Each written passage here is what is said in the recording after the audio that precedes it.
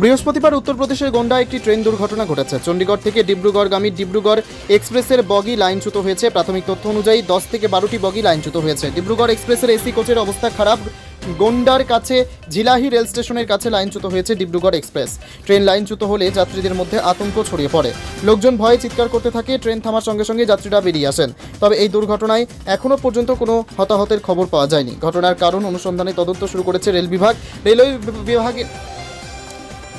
Railway বিভাগের দেওয়া তথ্য 15904 ডিব্রুগড় এক্সপ্রেস চণ্ডীগড় থেকে ডিব্রুগড় পর্যন্ত চলে। বৃহস্পতিবার রাতে 11:39 চণ্ডীগড় ছেড়েছিল ওই ট্রেন। বৃহস্পতিবার বিকেলে ট্রেনটি গোন্ডা ও বস্তির মধ্যে ঝিলাহি স্টেশনে পৌঁছালে হঠাৎ বিকট শব্দে যাত্রীদের বিরক্ত করে। হঠাৎ ট্রেন কাঁপতে শুরু করে। এরপর ট্রেনটি লাইনচ্যুত হতেই যাত্রীদের মধ্যে আতঙ্ক ছড়িয়ে পড়ে। ঝিলাহি স্টেশনের কাছে দুর্ঘটনার কথা রেল বিভাগকে জানানো হয়। লাইনচ্যুত হয়ে ট্রেনটি উল্টে যায়। এ সময় এসি বগিটি সম্পূর্ণ ক্ষতিগ্রস্ত হয়। ঘটনাটির সঙ্গে সঙ্গে রেল প্রশাসনকে জানানো হয়। এরপরে ত্রাণ ও উদ্ধার কাজ শুরু হয়েছে যাত্রীদের মধ্যে। ভয়াবহ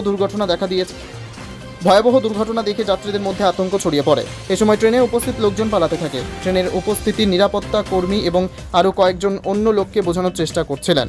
এ সময় একদল যাত্রীকে তাদের লাগেজ নিয়ে বের হতে দেখা যায়। রেলের আধিকারিকদের আগমনের পরে যাত্রীদের তাদের অগ্রযাত্রার জন্য বিকল্প ব্যবস্থার আশ্বাস দেওয়া হয়েছিল।